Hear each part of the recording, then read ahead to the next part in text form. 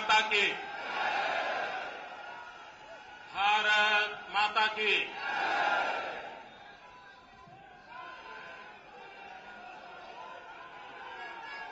हमारे राष्ट्रीय अध्यक्ष आदरणीय श्री राजनाथ सिंह जी, पूर्व अध्यक्ष श्रीमान नितिन जी,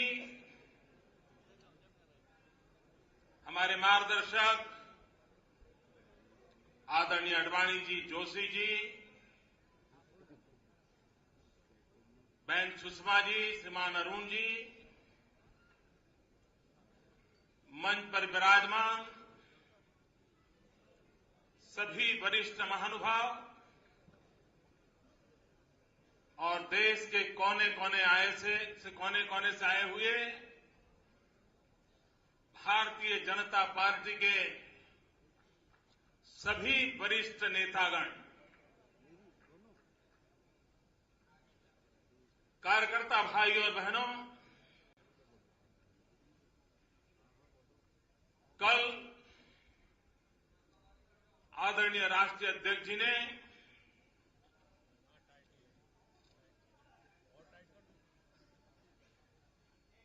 नरेंद्र मोदी का सम्मान किया।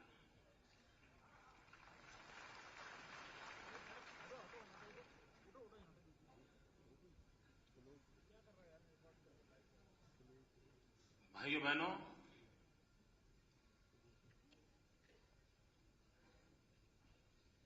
मेरे पास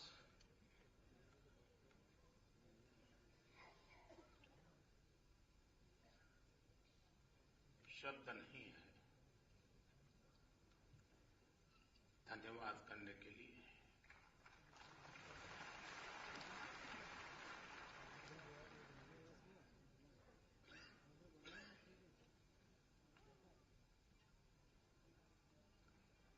मित्रों, गुजरात का विजय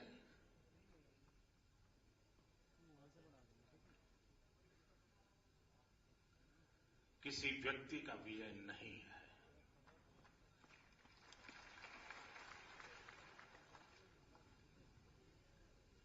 ये विजय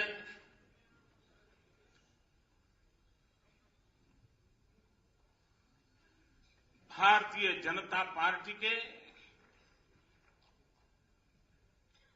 लाखों कार्यकर्ताओं के अहर्निश एकनिष्ठ पुरुषार्थ का परिणाम है।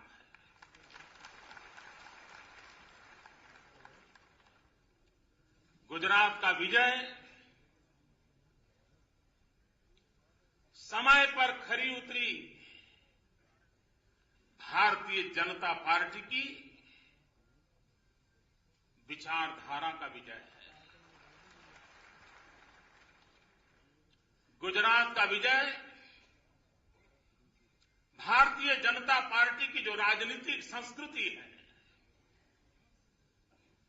उस राजनीतिक संस्कृति के प्रति प्रजा के विश्वास का परिणाम है।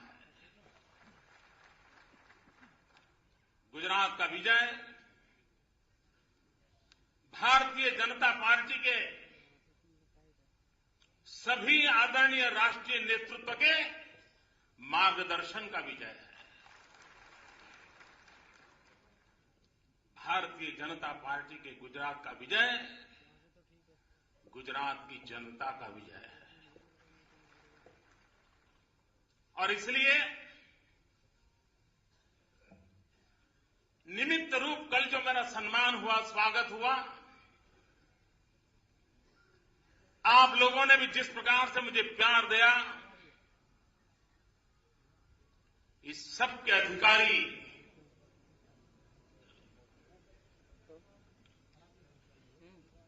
देश के लाखों कार्यकर्ता हैं, गुजरात की जनता है, हमारा राष्ट्रीय नेतृत्व है।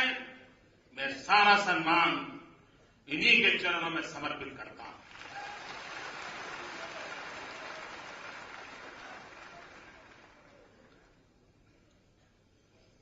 भारतीय जनता पार्टी के सभी देश के कार्यकर्ता इस अधिवेशन की तरफ बहुत बारीक नजर से देख रहे हैं और शायद कई वर्षों के बाद भारतीय जनता पार्टी की राष्ट्रीय परिषद ऐसी है जिस पर न सिर्फ हिंदुस्तान का, पूरे विश्व का ध्यान है। क्रिकेट की कमेंट्री की तरह हर पल यहां की खबरें दुनिया में पहुंचाई जा रही है। इसका मतलब ये हुआ कि इसका कितना बड़ा महत्व है। भाइयों बहनों, दिल्ली में जो सरकार बैठी है,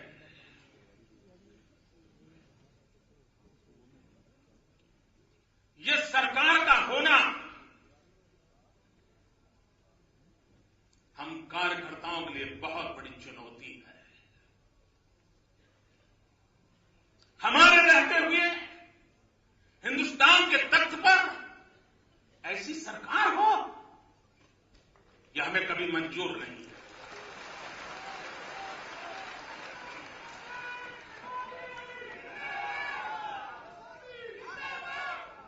देश को डुबो दिया, गरीब के घर में चूल्हा नहीं जल रहा है, महंगाई गरीब को मार रही है और दिल्ली में बैठी हुई सरकार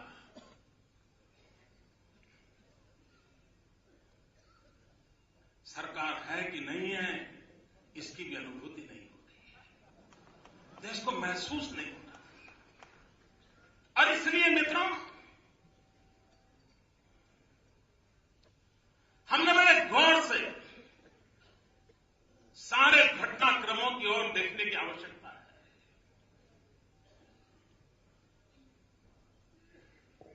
कांग्रेस पार्टी में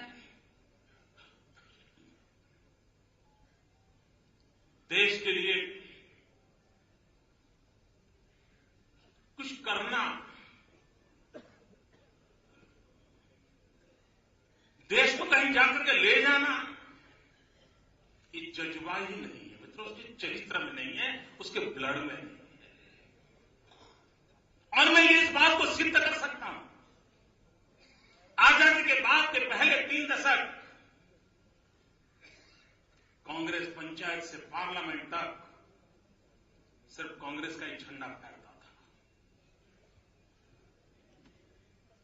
विपक्ष का नामो निशान नहीं था, मीडिया की इतनी घेराबंदी नहीं थी, जुडिशियल एक्टिविज्म नहीं था, एनजीओ की भरमार नहीं थी, पीआई जैसी कोई शब्द सुना नहीं था।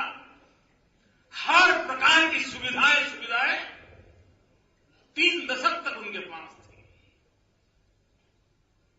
और वो कालखंड था जब कोरिया भी अपने आप को उभारने की कोशिश कर रहा था, इजराइल अपने आप को उभारने की कोशिश कर रहा था, चाइना अपने आप को उभारने की कोशिश कर रहा था। हिंदुस्तान के पास सारी संभावनाएं पड़ी थी, दुनिया के कई देश हमसे आगे निकल चुके, हिंदुस्तान गिरता चला गया।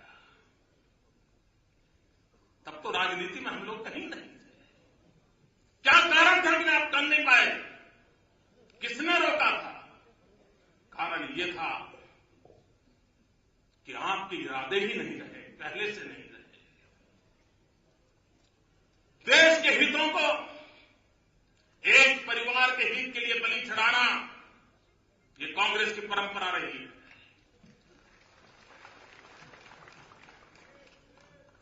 और न सिर्फ देश के हितों को, कांग्रेस के हितों को भी एक परिवार के लिए बलि चढ़ाना, ये इस परिवार की और इस कांग्रेस की परंपरा रही है। अब देखिए, कांग्रेस पार्टी के अध्यक्ष की पसंदगी की ओर देखिए। बीच का एक कालखंड आया था जब कांग्रेस पार्टी के अध्यक्ष के नाते सीताराम केसरी को पसंद किया गया था। किसी को फील हो रहा था कि कांग्रेस पार्टी में कोई अध्यक्ष है, अनुभूति होती थी, ऐसा लगता था जैसे किसी नाइट वॉचमैन को बिठा दिया है और मौके की तलाश में थे कोई मजबूत व्यक्ति, कोई योग्य व्यक्ति कांग्रेस पार्टी का अध्यक्ष न बन जाए, वरना इस परिवार का आगे क्या होगा। और इस हेतु से कांग्रेस का नुकसान हो ये मान करके, स्वीकार करके ऐसे हाथों में बागडोर दी गई ताकि वो जो चाहे वो करवा सके। और समय आते ही उस समय के दृश्य टीवी के पास मौजूद है, सीताराम केसरी को दफ्तर से उठा करके बाहर फेंक दिया गया था और पार्टी का कब्जा किया गया था। यह देश लोकतंत्र के अंदर किसी राजनीतिक दल का ऐसा लोकतंत्र स्वीकार करेगा? इतना ही नहीं, वो मौके की तलाश में थे, समय का इंतजार था। जैसे ही मौका मिला, तैयारी हुई, सब कुछ हड़प कर दिया। उसके बाद सरकार बनाने की नौबत आई।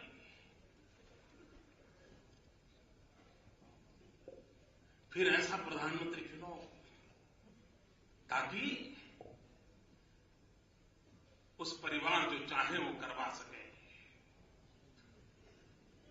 और इसलिए और एक नाइट वॉचमैन,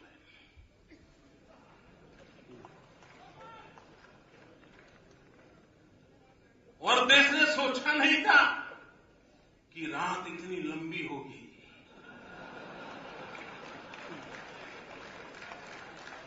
अंधेरा इतना घना होगा। और जब उन्होंने देखा कि प्रधानमंत्री का खुद का एक विश्व में स्थान है, तो उनको रोकने के लिए कांग्रेस की पुराने तरकीबें काम नहीं आएगी। दुनिया समझे ऐसी कोई बहुत बढ़िया इकोनॉमिक्स की भाषा बोल पाए, ऐसा एक बफर सिस्टम कायम करना पड़ेगा। भाइयों बहनों, इसी काम के लिए कि परिवार नजर न आए, प्रधानमंत्री कुछ कर न पाए और फिर भी मनचली होती रहे, और इसलिए जाने माने लोगों का जमघट करके एक 5 स्टार एक्टिविस्टों का जोला खड़ा करके एनएससी बनाया गया और वो सारी सरकार को दिशा दे, इस प्रकार का एक नया तूक किया गया। जिनको धरती से कोई लेना देना नहीं, जिनको धरती से कोई रसकस मिल नहीं रहे, जो 5 स्टार एक्टिविस्ट हैं, वो उन निर्णयों को कर रहे हैं जिसको जनता के साथ कोई संबंध नहीं है, टोटली डिस्कनेक्ट है। कांग्रेस पार्टी की दूसरी विशेषता देखिए, इस परिवार को जिन से खतरा होता है, उनका राजनीतिक भविष्य खत्म कर दिया जाता है। क्या कांग्रेस पार्टी को भूतकाल में देश को योग्य प्रधानमंत्री देने का सामर्थ्य नहीं था? लेकिन वो देना चाहते नहीं थे। आज भी मुझे लगता है मित्रों, मैं नहीं जानता हूं मेरी पार्टी के सबके विचार क्या है, लेकिन मुझे लगता है काश मनमोहन सिंह जी की जगह पर अगर प्रणब मुखर्जी को प्रधानमंत्री शायद बनाए होते तो शायद इतनी बर्बादी नहीं हुई होती, क्योंकि वो जमीन से जुड़े इंसान थे, वो समस्याओं को जानते थे, समस्याओं के समाधान के लिए रास्ते खोज सकते थे। लेकिन अगर प्रणवदा सफल हो जाए तो परिवार का क्या हो, इस चिंता में देश को किसी के भी हाथों में डाल देना और नाइट वॉचमैन की परंपरा चलाना, यह उन्होंने चालू किया।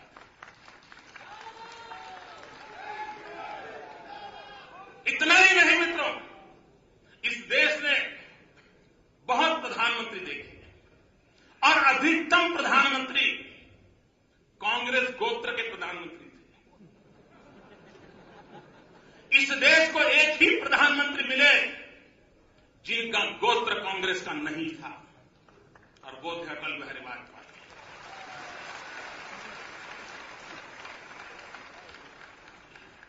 अब देखिए, जब तक कांग्रेस में मोरारजी भाई थे, प्रधानमंत्री का कोई स्कोप नहीं था।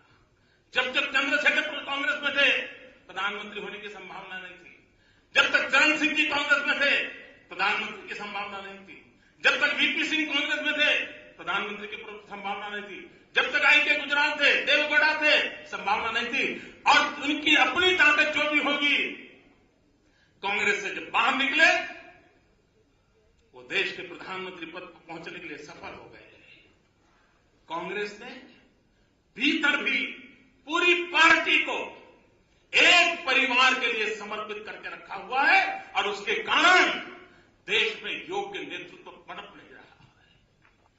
मित्रों, इन सारी समस्याओं की जड़ों में कांग्रेस की ये विकृतियां हैं। जड़ों में जो विकृतियां हैं, भाइयों बहनों, भारत के सार्वजनिक जीवन के लिए कांग्रेस एक दीमक की तरह फैल गई है और भारतीय जनता पार्टी के कार्यकर्ता को दीमक को खत्म करने के लिए कितनी मेहनत पड़ती है हम जानते हैं। इधर से खत्म करो तो उधर निकलती है। ये दीमक रूपी जो कांग्रेस विकृतियां हैं, उससे नष्ट करने के लिए एक ही दवाई काम आने वाली है दोस्तों। कांग्रेस रूपी दीमक को अगर हिंदुस्तान की धरती से नष्ट करना है तो उत्तम से उत्तम दवाई है भारतीय जनता पार्टी के कार्यकर्ताओं का पसीना।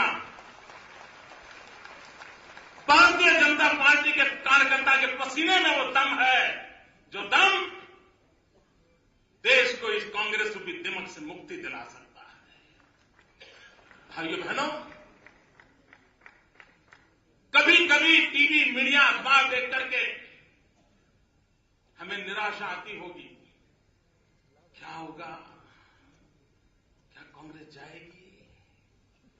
हम जीत पाएंगे? इतनी सीटें हैं, बढ़ बढ़ करके कितनी बढ़ सकती है?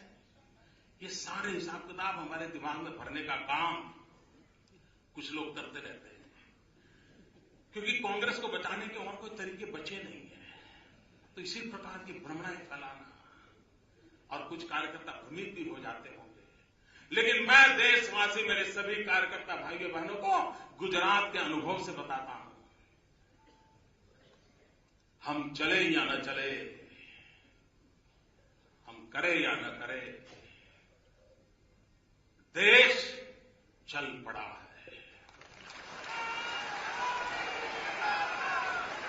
देश ने कांग्रेस को उखाड़ फेंकने का फैसला कर लिया है दोस्तों। और भाइयों बहनों, मैं राजनीति शास्त्र का विद्यार्थी हूं, मैं अनुभव के आधार पर कहता हूं, देश की जनता ने कांग्रेस को उखाड़ फेंकने का फैसला कर लिया।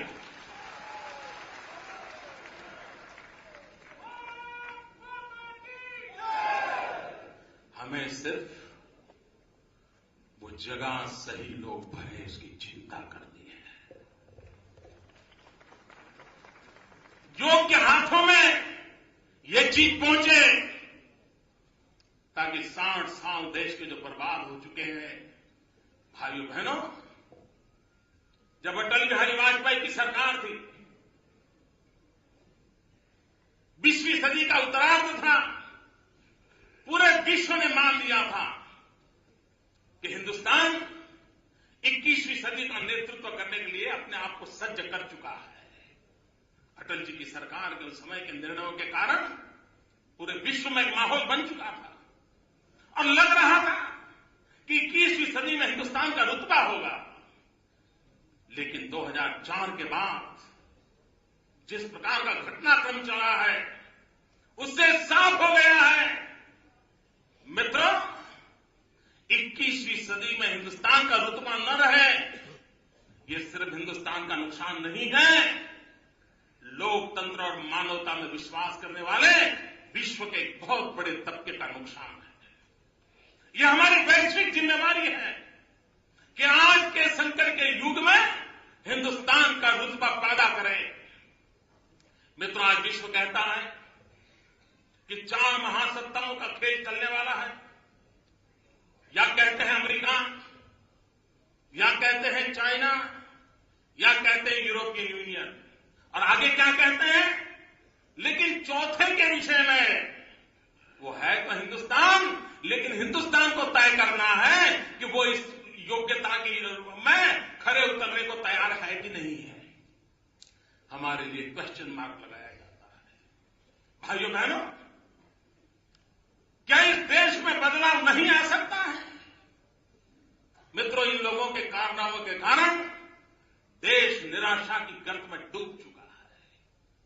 हम भारतीय जनता पार्टी के कार्यकर्ता हमारे ट्रैक रिकॉर्ड के आधार पर, चाहे रमन सिंह जी हो, चाहे मनोहर पर्रिकर जी हो, चाहे जगदीश जी हो, चाहे शिवराज जी हो, चाहे धूमल जी हो, चाहे सुंदरलाल पटवा हो, चाहे शांता कुमार हो, चाहे कल्याण सिंह जी हो या राजनाथ सिंह जी उत्तर प्रदेश के पूर्व मुख्यमंत्री हो, जब जब जहां जहां हमें सरकार चलाने का मौका मिला है, हमने देश को कुछ न कुछ दिया है। आज भी उत्तर प्रदेश में जाइए, राजनाथ जी के शासनकाल के अंदर शिक्षा व्यवस्था में जो क्रांति लाई गई थी, आज वहां का एक एक बच्चा याद करता है। सुंदरलाल पटवा जी के एक बार मैंने कहा था, मुझे अमेरिका के स्टेट डिपार्टमेंट के लोग मिले थे। वो कह रहे थे कि मध्य प्रदेश की सरकार एक मॉडल रूप सरकार चल रही है। 45 साल, उस समय की बात है, 45 साल तक कांग्रेस ने जो नहीं किया, वो 45 महीने के अंदर पटवा सरकार ने करके दिखाया था। ये दुनिया भर में तारीफ हम लोगों की होती रही है, सिर्फ नरेंद्र मोदी की नहीं, सिर्फ गुजरात की नहीं, सारी भारतीय जनता पार्टी की सरकारों की हुई है। मेरा सभी मुख्यमंत्री साथियों की हुई है मित्रों, क्योंकि प्रजा के लिए कुछ करना, गुड गवर्नेंस पे बल देना, ट्रांसपेरेंसी को प्राथमिकता देना, ये हमारे इरादे रहे हैं, हमारी कोशिश रही है। और मित्रों, मैं पॉलिटिकल पंडितों से आह्वान करता हूं, समय की मांग है कि देश के शासन के अलग अलग अनुभव हुए हैं। देश ने लेफ्टिस्टों की सरकार देखी है, देश ने कांग्रेस की सरकार देखी है, देश ने परिवार के द्वारा चलती हुई पार्टियों की सरकारें देखी हैं, देश ने मिलीजुली सरकारें देखी हैं, और देश ने भारतीय जनता पार्टी की सरकारें भी देखी हैं। 5 साल का कोई भी कालखंड पसंद कर लिया जाए और इन 5 प्रकार की सरकारों का इवोल्यूशन किया जाए, मैं दावे से कहता हूं मित्रों, भारतीय जनता पार्टी सुशासन में नंबर 1 पर उतरेगी। ये हमारा ट्रैक रिकॉर्ड है मित्रों। देश निराशा की गर्त में डूबा हुआ है। ये हम लोगों ने अपने ट्रैक रिकॉर्ड के आधार पर सामान्य मानव के अंदर एक आशा पैदा करने की आवश्यकता है। समाज का बहुत बड़ा वर्ग यही कहता है, छोड़ो यार, कुछ होना नहीं है, ये हमारा नसीब, हम पैदा हुए, यही भाषा है।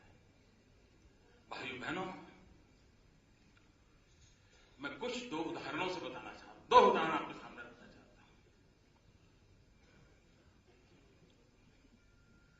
यही देश, यही गंगा और यमुना की नदियां, यही मेरे किसान, यही खेत खलिहान, ये सब होने के बावजूद भी 60-70 के दशक में हिंदुस्तान विदेशों से गेहूं मांगवा करके खाता था। PIL 48 ये गेहूं को लाना और गांव-गांव बांटना इस सरकार का प्रमुख काम रहता था।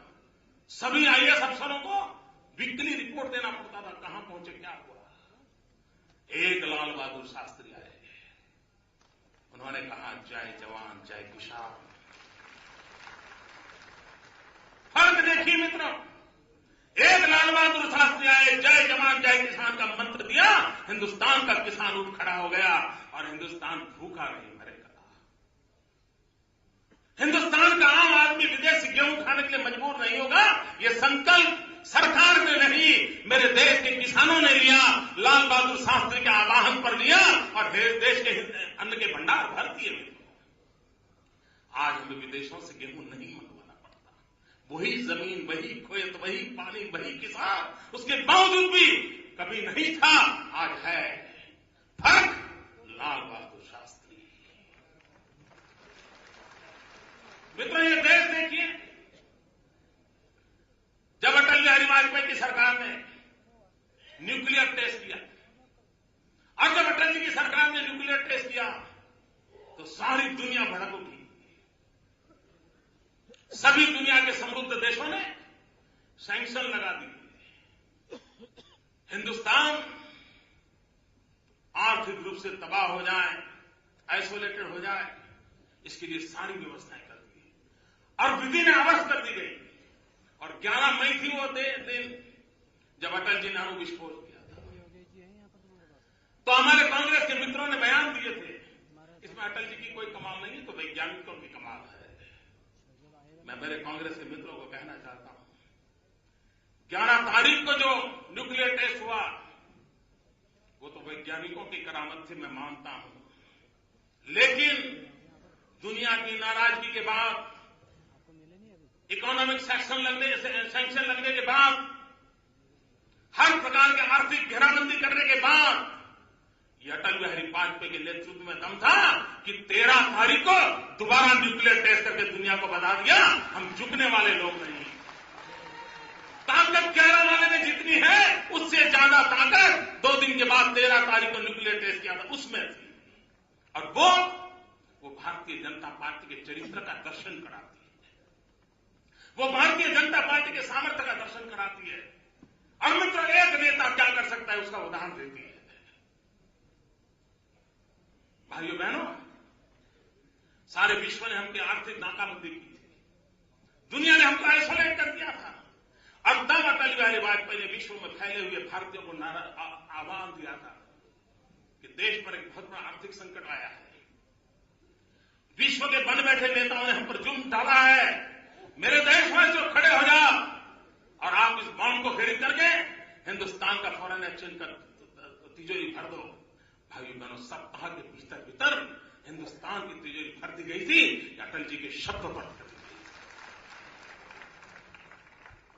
कौन कहता है नहीं होता है। और इसलिए मित्रों, देश के अंदर एक आशा जन्माना बहुत आवश्यक है। एक आशा अगर होगी तो विश्वास पैदा होगा। और मित्रों, न सिर्फ आशा से चलने वाला है, न विश्वास से चलने वाला है। मित्रों, देश को फिर एक बार, देश के हर नागरिक को, देश के हर नौजवान को अरमान जगाने की आवश्यकता है। सिर्फ आशा और विश्वास नहीं चलेगा, हर भारतीय के भीतर एक अरमान पैदा हो, कुछ बनने का, कुछ करने का, कुछ कर दिखाने का। और हम एक फैसिलिटेटर के रूप में, एक कैटलिस्ट के रूप में एक ऐसी शासन व्यवस्था देश को दें ताकि 125 करोड़ देशवासियों के अरमान, 125 करोड़ देशवासियों की ऊर्जा, 125 करोड़ देशवासियों का पुरुषार्थ हिंदुस्तान को कहीं से कहीं पहुंचा दे सकता है। भाइयों बहनों, मेरा विश्वास है, मैंने गुजरात की गोल्डन जुबली के ईयर पर मेरे गुजरात के नागरिकों की एक प्रार्थना की थी कि गुजरात की स्वर्णिम जयंती है, आप सिर्फ समाज हित के लिए, देश हित के लिए एक कदम आगे आइए। और आप एक कदम आगे आएंगे, हर गुजराती एक कदम आगे आएगा, 6 करोड़ कदम गुजरात आगे जाएगा। भाइयों बहनों, आज मैं फिर से उस अनुभव को आपके बीच रखना चाहता हूं। हम देशवासियों को विश्वास दिला दें कि आइए, अब एक कदम चलिए, एक कदम आगे बढ़िए, अच्छाई की ओर आगे बढ़िए, भारत की भलाई के लिए आगे बढ़िए, समाज की अच्छाई के लिए आगे बढ़िए। देखते ही देखते 125 कदम बड़ा हिंदुस्तान आगे बढ़ जाएगा। मित्रों, जन भागीदारी के बिना इतना बड़ा देश अपनी शक्ति का पूरा उपयोग नहीं कर सकता है। दुर्भाग्य से कांग्रेस ने जन भागीदारी के तत्वों को समाप्त कर दिया है। उनको तो लगता है कि विदेश से 2-4 ताकतें आ जाएं तो उनका काम चल जाएगा, अखबार की सुर्खियों में तो जगह मिल जाएगी, लेकिन हिंदुस्तान की धरती पर जगह नहीं मिलेगी। और इसलिए भाइयों बहनों, हम पूरे देश के कार्यकर्ताओं को विश्वास दें कि भारतीय जनता पार्टी की जितनी सरकारें हैं, सब सरकारों की एक विशेषता है, सारी सरकारें जन भागीदारी से चलती हैं और सारी सरकारें विकास को जन आंदोलन बनकर के चल रही है। ये बेटी बचाओ अभियान सरकार के सर्कुलर से नहीं चलते हैं। शिवराज जी, रमन सिंह जी, मनोहर जी सबने मिलकर के नेतृत्व किया और समाज में विश्वास पैदा किया और बेटी बचाने के क्षेत्र में आज किसी भी सरकार से भारतीय जनता पार्टी की सरकारों ने अच्छा प्रदर्शन किया है। मित्रों, इतने बड़े देश को जोड़ना होगा। लाल बहादुर शास्त्री ने किसानों को जोड़ा, देखते ही देखते देश बदल गया। हम जनता पे भरोसा करें, हम आम आदमी पर विश्वास करें। मित्रों, दुर्भाग्य से इन दिनों आर्थिक सुधार के नाम पर बातें चल रही है, इकोनॉमिक रिफॉर्म्स। मैं अर्थशास्त्रियों को आह्वान करता हूं, विश्व की कोई भी, क्या भारत सरकार जिन कदमों को ले रही है वो आर्थिक सुधार के व्याख्या की मर्यादा में भी आते हैं क्या?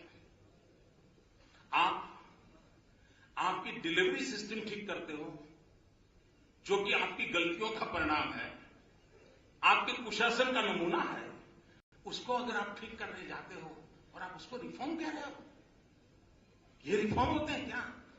रिफॉर्म आने वाले 20-50 साल तक असर पैदा करने वाली नीतियों से जुड़े हुए होते हैं, वो कहीं नजर नहीं आते हैं। और लास्ट माइल डिलीवरी की भी चिंता है।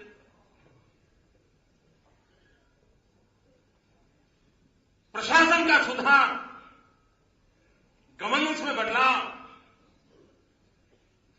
ये प्रशासनिक सुधारों में जाता है, इकोनॉमिक रिफॉर्म में नहीं आता है। दूसरी तरफ मैंने देखा मित्रों, और मुझे नाराजगी कांग्रेस से है उससे ज्यादा उन पॉलिटिकल पंडितों से है जो दिन रात कांग्रेस को सर्टिफिकेट देते रहते हैं। मैं हैरान हूं, जो सरकार देश के अर्थतंत्र को सबल बनाने के लिए कोई योजना न ला सकती हो, जो सरकार रुपये की ताकत गिरती हुई सिर्फ देख रही हो, जो सरकार खजाने को लुटाना, डोल डिस्ट्रीब्यूशन, लोग लुभावनी बातें, इसको अगर कोई आर्थिक कार्यक्रम कहेगा तो मित्रों वो राज्य, वो देश कभी भी आर्थिक ताकतवर नहीं बन सकता है। मुझे स्मरण है मित्रों, मुझे जब पहली बार 2001 में गुजरात के अंदर जिम्मेवारी संभाली, मेरी सरकार में 6,700 करोड़ रुपए रेवेन्यू डेफिसिट थी। 6,700 करोड़, आज 400 करोड़ सरप्लस वाली मेरी सरकार है। मित्रों, जब हमने कार्यभार संभाला, हमारे देश में जितने भी पीएसयूज होते हैं उसका जन्म ही मृत्यु के लिए होता है। पीएसयू जन्म लेता है, कभी अपने बलबूते पर वो सांस भी नहीं ले पा रहा है, और ऐसे पीएसयू चल रहा है। उन पीएसयू को ठीक करने के लिए उनके पास कोई मॉडल नहीं है। या तो उसका प्राइवेटाइजेशन करो या तो उसको बंद करो। मित्रों, गुजरात ने तीसरा मॉडल दिया कि हमारे पीएसयूज को corporate culture, professionalism, technology upgradation, उन सारे पहलुओं से आगे बढ़ाया जाए। मित्रों, हिंदुस्तान की सभी इलेक्ट्रिसिटी कंपनियां जो राज्यों की हैं, हजारों करोड़ की घाटे में है। गुजरात इलेक्ट्रिसिटी कंपनी 2001-2 में प्रति वर्ष 2,500 करोड़ रुपए का घाटा करती थी। भाइयों बहनों, आज पूरा देश ऊर्जा के संकट से जूझ रहा है। हमने एक नया पैसा बिजली का दाम नहीं बढ़ाया 12 साल में, एक नया पैसा नहीं। पहले शाम को खाना खाते समय बिजली नहीं मिलती थी, आज 24 घंटे बिजली मिल रही है। जितनी चाहिए, जब चाहिए, जहां चाहिए मिल सकती है। और उसके बावजूद भी पर ईयर 2,500 करोड़ का घाटा करने वाली हमारी इलेक्ट्रिसिटी कंपनी आज 700 करोड़ का प्रॉफिट कर रही है। क्यों? लीकेज बंद कर दिया।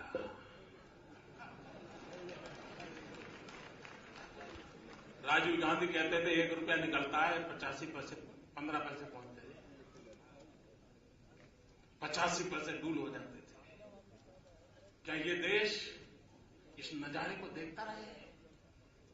भाइयों बहनों, मैं गुजरात एक्सपीरियंस से कहता हूं, हिंदुस्तान का मूल स्वभाव प्रामाणिकता है। मेरे देश के नागरिकों का मूल संस्कार ईमानदारी है। अगर हम उस प्रामाणिकता और ईमानदारी को प्राथमिकता देते हुए नीतियों के आधार पर अगर शासन व्यवस्था चलाने का प्रयास करें तो देश को भ्रष्टाचार से मुक्ति दिला सकते हैं।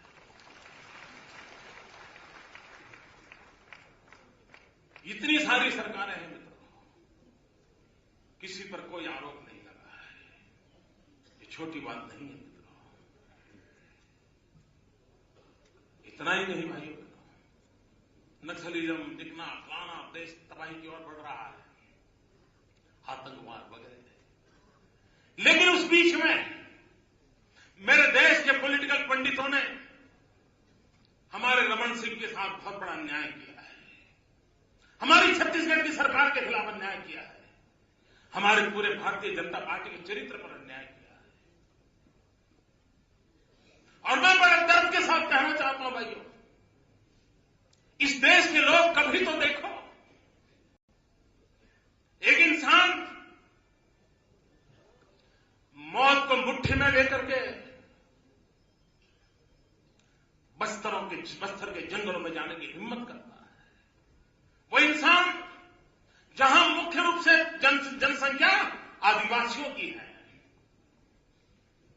जहां नक्सलिज्म उफान पर है, उसके बावजूद भी आदिवासियों के कल्याण का उत्तम से उत्तम मॉडल क्या हो सकता है, वो छत्तीसगढ़ के डॉक्टर रमन सिंह ने दिया। और हिंदुस्तान में कांग्रेस के मित्रों से मैं कहता हूं, अगर सचमुच में आदिवासियों का भला करना है या हमारे समाज के पिछड़े लोगों का भला करना है, उनको नक्सलवाद की जातियों की ओर जाने वाले पिछड़े इलाकों को रोकना है, बचाना है, रमन सिंह जी ने एक मॉडल पेश किया है। लेकिन चूंकि वो भारतीय जनता पार्टी का मॉडल है, चूंकि वो डॉक्टर रमन सिंह का मॉडल है, इसकी बात किसी के तक पहुंचाना नहीं और नक्सलवाद फैले तो फैलने देना, नौजवान बेमौत मरे तो मरने देना, कब तक ये खेल चलेगा? भाइयों बहनों, हर जिंदगी की अपनी एक कीमत होती है, हर जिंदगी के अपने सपने होते हैं, हर मां बाप परिवार का वो भरोसा होता है, हम कितनों को मरने देंगे? मित्रों, समय की मांग है, समय की मांग है कि सरकार के अंदर भी कोई दम है, कम से कम ये तो दिखाएं। लोग निराश हो जाते हैं और इसलिए दिल्ली सरकार ने निराशा का माहौल बना, उसका कारण यही है मित्रों। भाइयों बहनों, भारतीय जनता पार्टी और कांग्रेस, उसकी भी तुलना करने का समय आ गया है।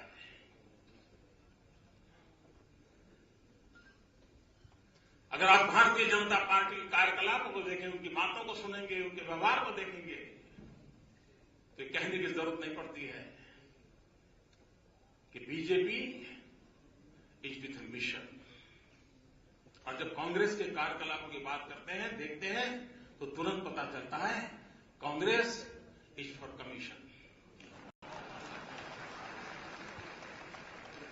मित्रों, देश के सामने मिशन और कमीशन के बीच का झगड़ा होने वाला है और देश कमीशन से मुक्ति चाहता है। और मैं मानता हूं मित्रों, इस पूरे देश में फैलाइए, ये कमीशन पार्टी है, उसका नाम ही कमीशन पार्टी है। हेलीकॉप्टर में, 2G में भी, हर चीज में कमीशन। 1%, 2%, 5%, चाचा का इतना, मामा का इतना, साले का इतना, साली का इतना, भाई का इतना, भतीजे का इतना, यही चल रहा है।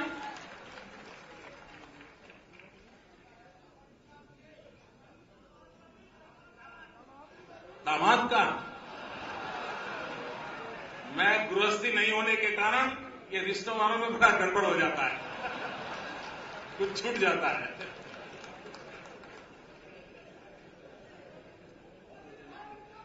मैं तो कांग्रेस पार्टी से इस देश को मुक्ति दिलाना, यह भी बहुत बड़ा देशभक्ति का काम है।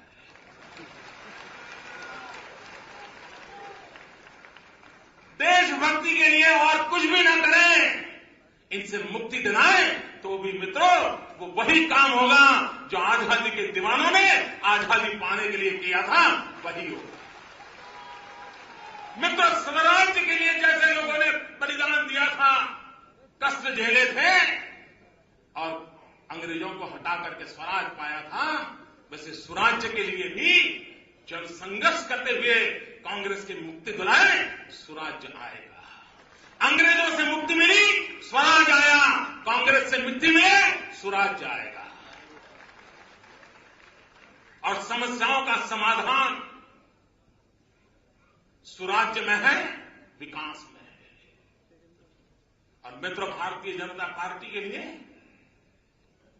सामान्य से सामान्य मानव की जिंदगी में बदलाव लाना, उसको कठिनाइयों से मुक्त करना, ये हम लोगों का दायित्व है। मित्रों, इन दिनों आप देखते होंगे गुजरात के संबंध में आलोचना होती है, क्या होती है? मैं उस आलोचना का स्वागत करता हूं। आलोचना बहुत होती है मेरी, लेकिन आलोचना क्या हो रही है? मोदी कहते थे 8% जाएंगे, लेकिन वो 7.9% गए। मोदी कहते थे 12 लाख करोड़ का होगा, लेकिन 11 लाख करोड़ हुआ। मुझे खुशी इस बात की है कि देश को विकास के मुद्दों पर चर्चा करने के लिए हमने मजबूर किया है।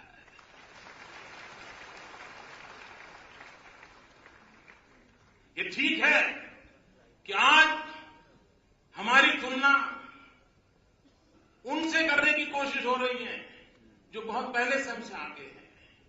कुछ पैरामीटर अमेरिका से निकालेंगे, कुछ पैरामीटर जापान के निकालेंगे, कुछ पैरामीटर जर्मनी के लिए, और कहेंगे देखो मोदी सब बातें करता है, लेकिन जर्मनी में तो ऐसा है, गुजरात में नहीं है। वाह, क्या बात है। यह भी खुशी की बात है मित्रों कि दुनिया के समृद्ध देशों की तुलना में भारतीय जनता पार्टी से द्वारा चली हुई सरकारों की तुलना हो रही है। और मित्रों, जिस प्रकार से भारतीय जनता पार्टी की सरकारें काम कर रही है, वो समय दूर नहीं होगा जब थर्ड वर्ल्ड कंट्रीज के लोग अपनी अपनी समस्याओं के समाधान के लिए भारतीय जनता पार्टी की सरकारों का अध्ययन करेगी और उसमें से रास्ता खोजने की कोशिश करेगी। दुनिया के देशों को भी समस्याओं के समाधान के लिए रास्ता मिलने वाला है। मैं तो हिंदुस्तान का एग्रीकल्चर ग्रोथ 2-2.5% से आगे बढ़ नहीं पा रहा है। और क्या कारण है कि गुजरात हो, मध्य प्रदेश हो, बिहार हो, ये कैसे कमाल कर रहे हैं? मेरे दिल्ली के मेहरबानों, कम से कम इसकी तरफ नजर तो करो, हम कैसे कर रहे हैं? क्या कारण बन गया? क्या कारण बन गया कि जबकि हमारा गंगा यमुना के प्रदेश देश के अंदर के भंडार भरते थे, आज उसके बाहर के इलाके देश के अंदर के भंडार भर रहे हैं। क्या कारण बन रहा है? हमको देखना नहीं है। मित्रों, सुशासन की अपनी ताकत है, प्रजा की आशा आकांक्षाओं के अनुरूप इस काम को बढ़ाना, इसका सामर्थ्य रहा है और उसके कारण एक परिणाम होता है। भाइयों बहनों, इस राष्ट्रीय परिषद से हम जब जाएंगे, आदरणीय अडवाणी जी का मार्गदर्शन लेकर के जाएंगे, आदरणीय राजनाथ जी का मार्गदर्शन लेकर जाएंगे, सभी वरिष्ठ नेताओं का लगातार हम मार्गदर्शन ले रहे हैं। लेकिन भाइयों बहनों, हमारे भीतर से एक संकल्प उठना चाहिए। हमें भीतर से एक संकल्प करके जाना चाहिए और निर्णय हमारा यह होना चाहिए कि जनता ने उखाड़ फेंकने का तय कर लिया है, उसमें हम क्या मदद कर सकते हैं, जनता के साथ रह करके उसको उखाड़ फेंकने की दिशा में हम कितने आगे बढ़ सकते हैं, ये निर्णय करना है। मतलब विश्वास कीजिए, कांग्रेस बच नहीं सकती, किसी भी हालत में बच नहीं, कोई नहीं बचा सकता उसको। लेकिन देश बचाने के लिए जनता के सामने एक अल्टरनेट ला करके हमको खड़ा होना पड़ेगा। और भारतीय जनता पार्टी में वो दम है, लोटस में वो दम है, कमल के निशान में दम है मित्रों। उस कमल के निशान को लेकर के जाना है। व्यक्ति कौन है कौन नहीं, ये भारतीय जनता पार्टी में कभी मैटर नहीं करता है। उम्मीदवार कौन है कौन नहीं, वो भारतीय जनता पार्टी में मैटर नहीं करता है। भारतीय जनता पार्टी लक्षावधि कार्यकर्ताओं के पुरुषार्थ का एक संपुट है, उस संपुट के आगे लेकर के हमें आगे बढ़ना है। मित्रों, देश को निराश करने का हमें अधिकार नहीं है।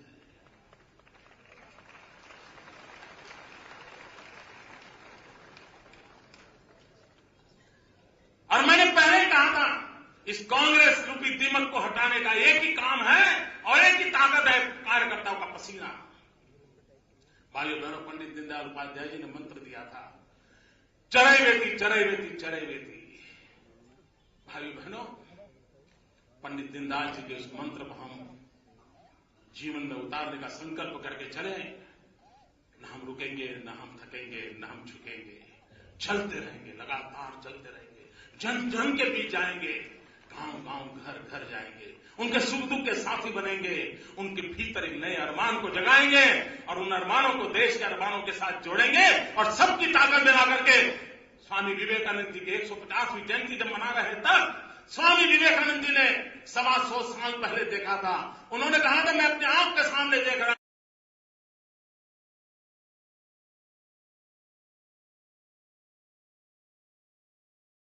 125 साल बीत चुके हैं, विवेकानंद जी की 150वीं जयंती मना रहे हैं। तब हम संकल्प करें कि विवेकानंद जी, ये देश गोल्डन जुबली, डायमंड जुबली मनाएगा, ये देश डायमंड जुबली मनाएगा।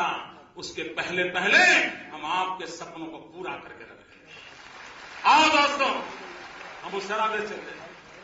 भाई बहनों, देश के हालात देखते हैं तो अच्छे अच्छे लोगों को चिंता होना बड़ा स्वाभाविक है। लेकिन भाइयों बहनों, मैं कहना चाहता हूं, अंधेरा घना है। भाइयों बहनों, अंधेरा घना है, माना कि अंधेरा घना है, लेकिन दिया जलाना कहां मना है।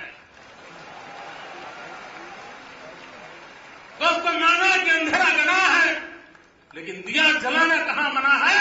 आइए दोस्तों, हम यहां से चल पड़े और कमल के साथ एक दिया जलाएं, विकास की रोशनी फैलाएं, इसी संकल्प के साथ आगे बढ़े। बहुत बहुत धन्यवाद।